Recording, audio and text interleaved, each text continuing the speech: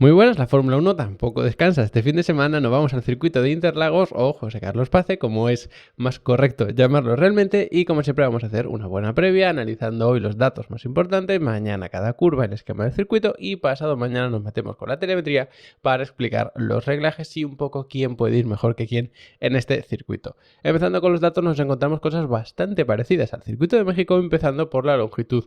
Otra vez tenemos un circuito de 4,3 kilómetros, lo que significa que vamos a tener 71 vueltas en carrera, la carrera larga del domingo me refiero. Por lo tanto, hasta aquí parece que las longitudes y demás son muy parecidas, pero cuidado con la distancia desde la meta hasta el primer punto de frenada. No tiene nada que ver realmente con la de México. Aquí la distancia es bastante más corta y realmente donde está la gracia de la salida de México, como veremos mejor mañana, es en la serie de lazadas 1, 2 y 3 y luego la recta que hay después. Así que lo que son los primeros metros de la salida quizá no sean tan caóticos como en México, es complicado esperarlo, pero luego quizás sí se puede liar un poquito más en las enlazadas siguientes. Son 15 curvas en total, 2 menos de las que teníamos en México y como la longitud es más o menos la misma, pues este ratio que sacamos siempre de cuántas curvas por cada kilómetro de trazado hay, pues se nos queda un poquito más bajo. De todas formas, pensad que estamos ante un circuito prácticamente en la media, como podéis ver. Por lo tanto, no es que tengamos muy pocas curvas, precisamente. Están muy mal repartidas estas curvas porque están prácticamente todas metidas en el segundo sector, como veremos mejor mañana,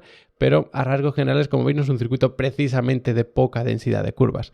El reparto está desequilibrado, pero hacia el otro lado, es decir, en este caso tenemos más curvas hacia la izquierda que hacia la derecha, como en el caso de México, porque corremos en sentido antihorario, así que bastante más curvas hacia la izquierda. Eso sí, curvas de baja velocidad tenemos solamente un par y son hacia la derecha, luego de velocidad media ya se nota más este desequilibrio, más hacia la izquierda que a la derecha, y de alta velocidad también, aunque no hay muchas, teniendo en cuenta que estas curvas que son a fondo como si no existiesen, no las contamos como curvas de alta velocidad, directamente no las contamos como curvas, así que tened esto en cuenta, que luego aparte, por ejemplo, la última curva que es hacia la izquierda, pues apenas hay que ir girando el volante, es como si ni siquiera fuera una curva, así que teniendo esto en cuenta, veis que el neumático que a priori se va a desgastar quizás sea el delantero derecho por las curvas medias hacia la derecha, pero cuidado con el trasero izquierdo que a lo mejor también puede sufrir un poquito. En cualquier caso, el desgaste en Interlagos no suele ser escandaloso y no suele ser pues como por ejemplo podemos tener en un Bahrein o algo así, ni mucho menos. En cuanto a los frenos, tenemos algo bastante diferente tanto a México como a Austin. Como veis tenemos muy poquitas frenadas, son 5, pueden subir a 6, incluso a 7, porque hay algunos puntos de levantar el pie del acelerador aunque no sea tocando el freno,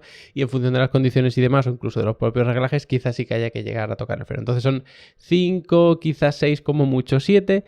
Una de ellas es fuerte, esto sí que no va a cambiar, hay una que es muy fuerte y se acabó, no hay muchas más frenadas fuertes y al final nos queda un porcentaje de vuelta frenando que debería estar en torno a un 13%, que ya digo, puede subir un poquito, pero no es un circuito en el que nos preocupen tanto los frenos como podía ser México o como podía ser en el caso de Estados Unidos. Aquí la densidad del aire ya es un poquito mayor, no es tan baja como en México ni mucho menos, entonces se refrigera mejor, no hay tantas frenadas fuertes, en definitiva los frenos por fin ya no van a ser un quebradero de cabeza para los equipos, al menos a priori, a no ser que alguien se despiste, ponga unas tomas de refrigeración excesivamente pequeñas y tengan un problema al final en la fabricación de las piezas o en el diseño de esas piezas, que a priori pues no debería pasar. El otro pedal, el del acelerador, bastante más protagonista, estamos en torno a un 74% de la vuelta acelerando a fondo, es un porcentaje bastante alto, un poquito por encima de la media, un poquito por encima del de México, y el circuito tiene sus ciertas similitudes, porque es verdad que tenemos una recta muy larga que incluye curva 14, incluye curva 15 y es verdad que no es totalmente línea recta, hay que ir girando un poquito el volante hacia la izquierda,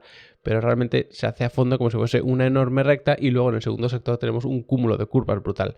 Es parecido más o menos a lo que teníamos en México, que tenemos una recta enorme, luego otro trocito de recta también después de la curva 3 y luego como que se acumulaban todas las curvas. Pues era algo así parecido y eso hace que los porcentajes acelerando a fondo sean más o menos parecidos. Eso sí, un poquito más alto en el caso de Brasil. Y el porcentaje en octava marcha, aunque pueda parecer raro, está también bastante alto.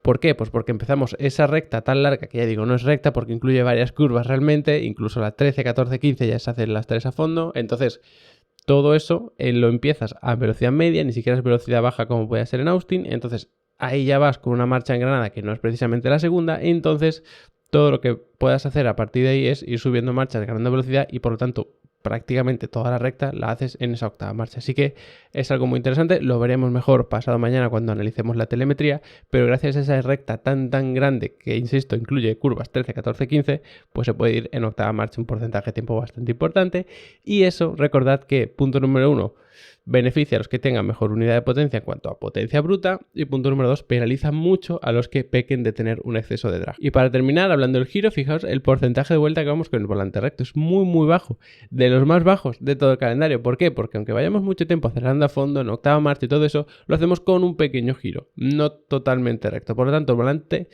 recto más muy poquito tiempo. De hecho, si os fijáis en el dibujo del trazado, es como que la parte que más tiempo se hace a fondo es siempre una especie de curva enorme hacia la izquierda. Pues algo así es lo que se materializa en este dato. Recto como tal, vamos muy poquito tiempo, pero luego el giro medio tampoco es una locura, son esos 29 grados que tenemos otros circuitos por ahí en el grupo. Entonces, bueno, no es excesivamente alto, pero sí que llama la atención en comparación con el porcentaje de vuelta que vamos en línea recta. Así que en resumen, ya veis que es un circuito con una recta no recta bastante larga y que penaliza bastante, donde los frenos no van a ser tan protagonistas como en grandes premios anteriores, y en definitiva un circuito muy cortito, y eso ya sabes lo que supone a nivel de estrategias, a nivel de colapsos en las clasificaciones, sobre todo en Q1. Es algo parecido, eso sí, a lo que teníamos en México y que quizá pues lo podamos extrapolar de alguna manera a este circuito de Brasil. Ya sabéis que en Level Up Academy, los que queréis aprender mucho más de automovilismo, tenéis cursos de telemetría, de reglajes, de pilotaje, de estrategias de carrera, de crear vuestras propias estrategias de carrera con un Excel, de Motec, de Race Studio, de Wintax, de Simflow, de todos los software que os imaginéis y de todo el tipo de contenido que os imaginéis relacionado con automovilismo, lo tenéis por allí.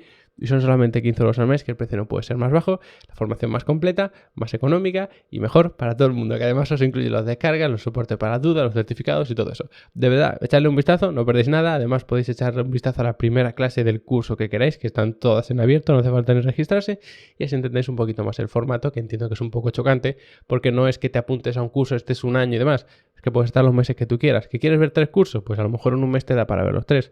¿Que quieres ver todo lo posible? Pues tú te das de alta y cuando ya no quieras más te das de baja sin ningún problema, que ni matrícula ni permanencia ni nada por el estilo, ¿vale? Así que os espero por allí. Como siempre, gracias por haberos quedado hasta el final del vídeo y nos vemos mañana hablando de cada curva en este circuito de Interlagos.